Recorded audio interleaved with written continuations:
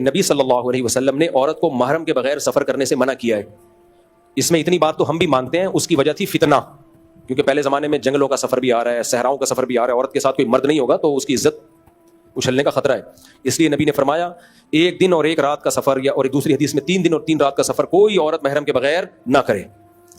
اب لوگ کہتے ہیں کہ اب وہ دور نہیں ہے, اب جہاز میں جا رہی ہے, کیمرے لگے ہوئے ہیں, سیو ہے, بالکل ٹھیک ہے, لیکن یہ یہاں تو ہو سکتا ہے کراچی سے لاہور کسی کام سے جانا ہو گیا ایمرجنسی میں, لاہور سے کراچی, یا امریکہ بھی جا سکتی ہے, امریکہ میں اس کا محرم وہاں موجود ہے, یہاں سے ابا نے بٹھا دیا اور وہاں سے کسی نے ریسیو کر لیا, اس میں تو کوئی ضرورت کے وقت گنجائش دی جا سکتی ہے.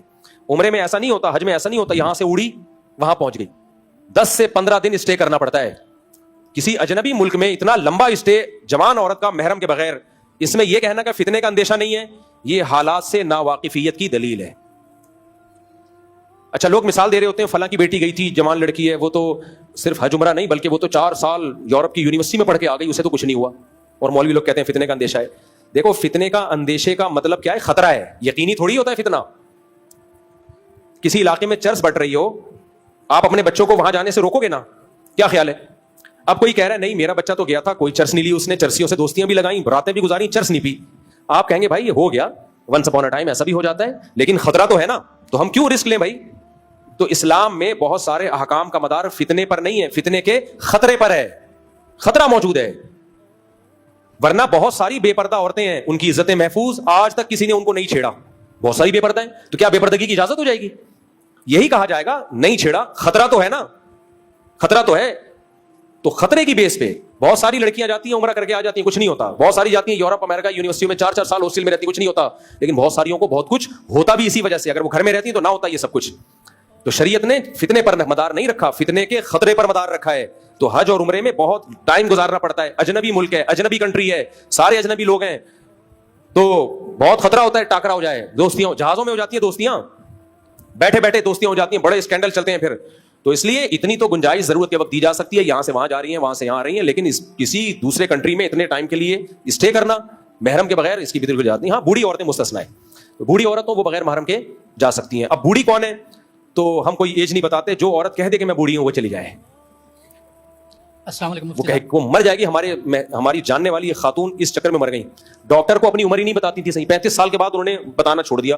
ڈاکٹر 35 سال کے حساب سے ان کو میڈیسن دے رہا تھا, جبکہ وہ 55 کی ہو چکی تھی. جھوٹ بولا ڈاکٹر سے اور مر گئی. موت گوارا کر لی, مگر یہ کہنا کہ میں 55 کی ہو چکی ہوں یہ گوارا نہیں کیا. یہ ہوتے ہیں عزم کے پکے. مفتی صاحب, میرا نام ذوالفقار ہے, میں سعودیہ سے آیا ہوں چھٹیوں میں. Very good. تو میرے کافی کولیگ جو ہے آپ کو دیکھتے ہیں. Very good. اور ان میں سے ایک انڈین کولیگ نے مجھے کہا تھا کہ آپ کراچی میں رہتے ہو, لیکن آج تک آپ کی مفتی تعلیم مسعود سے ملاقات نہیں ہوئی, تو ایک تو ملاقات کرنی ہے آپ سے, ایک تصویر کی درخواست ہے. اچھا, 2 چھوٹے چھوٹے سوال ہیں میرے. جلیلی. سعودیہ میں جو ہے وہ میں بچوں کو اس دفعہ اس لیے لے کر آیا ہوں کہ یہاں پہ آ کے بقرعید دیکھیں. وہاں پہ میرے بچے یوٹیوب دیکھتے ہیں, تو وہ ایسا کوئی اسلامی چینل بچوں کا چینل نظر نہیں آتا. تو اس سلسلے میں جامعۃ الرشید کیا کام کر رہا ہے. دوسرا سوال یہ ہے کہ آپ جو یہ مشن لے کے چل رہے ہیں 4 شادیوں کا, تو کیا آپ نے اپنے کچھ شاگرد ایسے بنائے ہیں جو یہ آپ کا مشن آگے لے کے چلیں گے؟ دیکھو, بچوں کو پھر بقرعید میں پاکستان لایا کرو. کراچی, خدا کی قسم بقرعید کا مزہ کراچی میں ہی ہے, بہت زیادہ مزہ. میں نے دیکھا ہے کینیڈا سے, UK سے لوگ اپنے بچوں کو کراچی لا رہے ہوتے ہیں, باقی ملکوں میں مزہ نہیں ہے بقرعید کا. اور پاکستان میں بھی جو مزہ کراچی میں کہیں اور نہیں ہے. تو وہ اس کا تو یہ جواب ہو گیا کہ بچوں کو سعودی عرب نہ رکھیں بقرعید میں, ان کو یہاں لے کر آئیں. سعودیوں کو بولیں تم بھی آؤ ہمارے یہاں آؤ, بقرعید یہاں کے گزارا کرو. باقی یوٹیوب چینل تو لوگ بنا رہے ہیں, مذہبی چینل بھی ہیں. جامعۃ الرشید کا مجھے نہیں پتا, شاید بنایا انہوں نے, نہیں بنایا واللہ اعلم. بنانا چاہیے بچوں کے لیے مذہبی چینل, ان لوگوں نے تو بنائے ہیں, جو دعوت اسلامی والے لوگوں نے بھی اچھے چینل بنائے ہیں بچوں کے. جی, دوسرا سوال میرا رہ گیا مفتی صاحب. دوسرا سوال یہ تھا کہ جو آپ مشن لے کے چل رہے ہیں 4 شادیوں کا. ہاں, 4 شادیوں والا مشن لے کے میں چل رہا ہوں. یہ آپ کی بات کون لے کے چلے گا؟ آپ نے ایسے شاگرد تیار کیے ہیں؟ نظریہ تو بن چکا ہے, اور بہت سے لوگ, اب میڈیا پہ یہ بحث آنا شروع ہو گئی ہے, مدارس سے فتوے نکلنا شروع ہو گئے ہیں, تو بہت تبدیلی ہو گئی ہے.